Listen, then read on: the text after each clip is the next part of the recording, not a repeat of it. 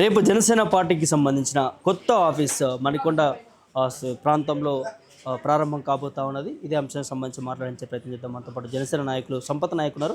Brother, ఏంటి అనేక పోరాటాలు చేస్తూ ఉన్నారు, మీ కొత్త పార్టీ కొత్త ఆఫీస్ పుట్టుకొస్తా ఉంది తెలంగాణ, ఎట్లా ఉండబోతుంది? నమస్తే అన్న. బేసికలీ కొత్త ఆఫీస్ అంటే ఏం లేదు. ఫస్ట్ ఇక్కడ ప్రశాసన్ నగర్లో ఆఫీస్ ఉండే, దాని తర్వాత సెంట్రల్ ఆఫీస్ అని చెప్పేసి మన ఇక్కడ దాన్ని మంగళగిరిలో పెట్టాము. సో దాని తర్వాత ఏంటంటే మొన్నటి వరకు కూకట్పల్లి కేంద్రంగా పార్టీ రాష్ట్ర నాయకులు ఎక్కడ మీటింగ్ పెట్టుకోవాలంటే అక్కడికి వెళ్ళి నడిచింది. సో మాకు కూడా ఏంటంటే ఇప్పుడు ప్రజా సమస్యలపైన విస్తృతంగా పోరాటం చేసే క్రమంలో కానీ కొత్త వాళ్ళు కూడా వచ్చి జాయిన్ అవుతున్నారు. ఇవాళ తెలంగాణ రాష్ట్ర హెల్త్ డైరెక్టర్ గడాల శ్రీనివాసరావు గారు కావచ్చు, లేకపోతే ఒక మాజీ ఎమ్మెల్యే మన కుమారుడు నరేష్ రెడ్డి లాంటి వాళ్ళు కావచ్చు, లేకపోతే ప్రేమ్ గాంధీ లాంటి వాళ్ళు కావచ్చు, బీజేపీలోకి వెళ్ళి ఆర్ఎస్ఎస్ భావజాలాలు ఉన్న వాళ్ళకి వెళ్ళి, అంటే కొత్త తరం కూడా ఇక్కడ ఏంటంటే తెలంగాణలో వీళ్ళు కరుడు కట్టిన వాళ్ళు. కేవలం ఇంతకుముందు జనసేన పార్టీ అంటే కేవలం యువకుల పార్టీ, లేకపోతే 25-30 ఇయర్స్ అనేవాళ్ళు బాజాప్తంగా చెప్తున్నాం ఒక నూతన రాజకీయంగా. ఎందుకంటే ఇప్పుడు సామాజిక తెలంగాణ గురించి ఏర్పడ్డ ఈ రాష్ట్రంలో సామాజిక తెలంగాణ అనేది విస్మరించారు. గత ప్రభుత్వంలో 10 సంవత్సరాలు పరిపాలించిన బీఆర్ఎస్ పార్టీ కానీ, లేకపోతే ఇప్పుడున్న కాంగ్రెస్ పార్టీ కానీ, డెఫినెట్గా మేము ఏమంటున్నామంటే జనసేన పార్టీ సామాజిక తెలంగాణ వైపు అడుగులేస్తుంది. పవన్ కళ్యాణ్ గారు అన్ని వర్గాలకు డెఫినెట్గా మంచి సముచిత స్థానం ఇచ్చుకుంటూ రానున్న ఎన్నికల్లో కావచ్చు, లేకపోతే దళిత గిరిజన బహుజనతో పాటు ఉన్నత వర్గాల పేద బిడ్డలను కూడా అక్కడ చేర్చుకునే విధంగా మేము ముందుకు సాగుతున్నాం. పవన్ కళ్యాణ్కి చాలా ఫ్యాన్ బేస్ ఉంటుంది తెలంగాణలో కావచ్చు, ఆంధ్రలో కావచ్చు, దేశవ్యాప్తంగా కూడా. ఇప్పుడు ఈ కొత్త ఆఫీస్ సంబంధించి భారీ ఎత్తున జన సైకిల్ కూడా రాబోతా ఉన్నారు, సైనికులు కూడా.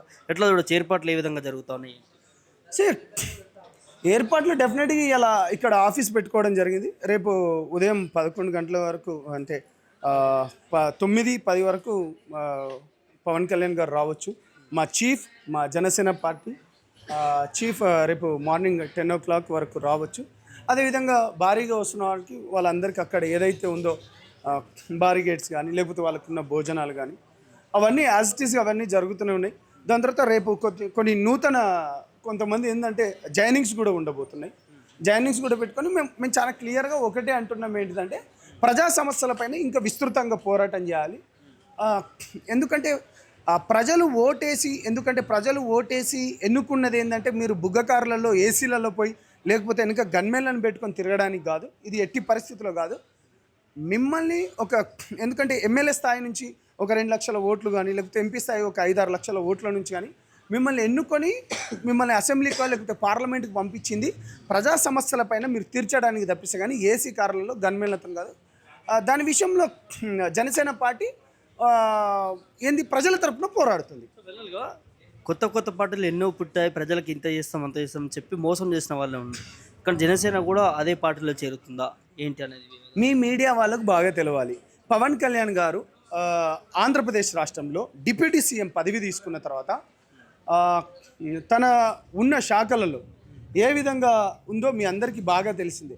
ఇవాళ గిరిజన గూడాలలో కానీ, తండాలలో కానీ, లేకపోతే పేద వర్గాలలో కానీ తను తీసుకున్న అటవీ శాఖ కావచ్చు, దాని తర్వాత గ్రామీణ శాఖ ఏదైతే ఉందో ఏ విషయంలో తీసుకున్నారు. ఇప్పుడు మీరు మొన్న చూసుకుంటే పంచాయతీరాజ్ శాఖ కూడా పవన్ కళ్యాణ్ గారు తీసుకున్నారు. గతంలో మన వైఎస్ఆర్సీపీ పీరియడ్లో 24 ప్లేస్లో ఉన్నదాన్ని ఇలా దేశంలోనే ఫస్ట్ ప్లేస్కి తీసుకొని వచ్చింది. అంటే పవన్ కళ్యాణ్ గారికి ప్రజల పట్ల ఉన్న నిబద్ధత అది. నేను అందుకనే చెప్పదలుచుకున్నాను, పవన్ కళ్యాణ్ గారు ఏ చేసినా కానీ మిగతా రాజకీయ పార్టీలు వేరు, ఈ రాజకీయ పార్టీలు వేరు. ఈ రాజకీయ పార్టీలు సిద్ధాంతంతో నడిచే పార్టీ. కొన్ని సిద్ధాంతాలు ఉన్నాయి, దేశం ధర్మం దీని బట్ల ఉంది కాబట్టి దాని ప్రకారంగా ముందుకెళ్తాం. జనసేన ఇంతవరకు కూడా తెలంగాణకి ఏం చేసింది అనేది క్వశ్చన్ వినిపిస్తూ ఉంది. ఇప్పుడు కొత్తగా వచ్చి మేము ప్రజలకు ఇది చేస్తాం అది చేస్తామని హామీలు ఇస్తూ ఉంది. ఇన్ని రోజులు ఎక్కడ పోయింది పార్టీ అనే దాని మీద? ఇప్పుడు మీరు చూసుకొని ఉంటే చైత్ర విషయంలో మేమే పోరాడినాం. చైత్ర ఆడబిడ్డకు అన్యాయం జరిగినప్పుడు, దాని తర్వాత విద్యార్థుల పక్షాన అప్పుడు ఇంటర్మీడియట్ విద్యార్థులు చనిపోతే అప్పుడు కూడా పోరాడినాం. అప్పుడు ఆర్టీసీ కార్మికులు ఏదైతే ఉందో ఆర్టీసీ కార్మికులు వాళ్ళకు సంబంధించిన దానిపైన కూడా అప్పుడు మనం పోరాటం చేసినాం. దాంతోపాటు ఇంజనీరింగ్ కాలేజీలలో మోసాలు జరుగుతుంటే ఆ ఇంజనీరింగ్ కాలేజీలలో డైరెక్ట్ ఈడీకి కంప్లైంట్ ఇచ్చి ఈడీతో పాటు కూడా చేపించినాం. ఆ, అనేక రకాల సమస్యలపైన ఆడబిడ్డలకు ఏమున్నా కానీ విద్యార్థుల సమస్యలపైన కానీ లేకపోతే ప్రజా సమస్యలపైన కానీ అది ఏం జరిగినా కానీ పోరాటం చేస్తూనే ఉన్నాం. అది ఇప్పుడు ఎందుకంటే అధికారంలో ఉన్న వాళ్ళు ఓట్లు వేయించుకొని వాళ్ళు చేస్తలేరు, కానీ మేము ఏదైతే ఉందో ప్రజల పక్షాన నిలబడి నిరంతరం పోరాటం చేస్తున్నాం. ఆ విధంగానే చేస్తాం. డెఫినెట్లీ తెలంగాణ ప్రజల మన్నాలు పొందేటట్టు మేము ఎట్లా ఉండబోతుంది? పోటీ చేస్తామని డైరెక్ట్ పవన్ కళ్యాణ్ చెప్పారు కాబట్టి ఎట్లా ఏముంటుంది. ఇప్పుడు రాజకీయ పార్టీ అన్నప్పుడు పోటీ చేయాలి, రాజకీయ పార్టీ అన్నప్పుడు రాజకీయమే చేయాలి, పోటీ చేయాలి. బాజాప్తగా చెప్తున్నా. ఇప్పుడు కొత్త తరం వాళ్ళు అంటే ఎందుకో ఒక సీనియర్ వాళ్ళు కూడా ఒక 50 ఏళ్ళ ఇంతకుముందు నేను ఇది చాలా క్లారిటీగా చెప్తున్నా. జనసేన పార్టీ అంటే కేవలం 25 లేకపోతే 20 సంవత్సరాలు ఉన్న లేకపోతే సినిమా వాళ్ళు అంటే వీళ్ళు అనుకునే స్థాయి నుంచి ఇవాళ ఒక మాజీ ఎమ్మెల్యే కుమారుడు కానీ లేకపోతే హెల్త్ డైరెక్టర్గా చేసిన శ్రీనివాస్ లాంటి వాళ్ళు కానీ లేకపోతే సిద్దిపేట నుంచి కానీ లేకపోతే బీజేపీలో ఉన్న వాళ్ళు కానీ అంటే మిగతా రాజకీయ పార్టీలకు వెళ్ళి ఉన్న వాళ్ళందరూ వస్తున్నారు. ఇది మంచి శుభ పరిమాణం. అల్టిమేట్ ప్రజలకు మంచి జరగాలి, వాళ్ళ తరఫున పోరాడతాం. థ్యాంక్ యూ అండి. ఓవరాల్గా ఇది రేపు పార్టీ ఆఫీస్ ఇక్కడ ప్రారంభం కాబోతా ఉంది. సంపత్ నాయకుడు జనసేన నాయకులు కూడా ఖచ్చితంగా రానున్నటువంటి భవిష్యత్తులో జనసేన పార్టీ ఊహించినంత స్థాయిలో ముందుకెళ్తుంది, ప్రజల గుండెల్లో నాటుకుపోతుంది. ఇక్కడి నుంచి కూడా ప్రజల్లో నిరంతరం మేము నాయకులమంతా కూడా తిరుగుతూ ఉంటాం, ప్రజల సమస్యల కోసం పోరాడుతూ ఉంటామంటూ కూడా వారు చెప్తున్నటువంటి నేపథ్యాలు కనిపిస్తూ ఉన్నాయి. మరి చూడాలి, రేపు భారీ ఎత్తున పార్టీ ఓపెనింగ్ సంబంధించినటువంటి ప్రారంభాలు కూడా ఉండబోతా ఉన్నాయి. కొంతమంది జాయినింగ్స్ కూడా జనసేన పార్టీలోకి ఉంటాయి అనేది జనసేన నాయకుడు సంపత్ నాయక్ చెప్తున్నటువంటి నేపథ్యం కనిపిస్తారు. సంపత్ ప్రభాకర్ పుల్టన్ మీద జనసేన పార్టీ ఆఫీస్.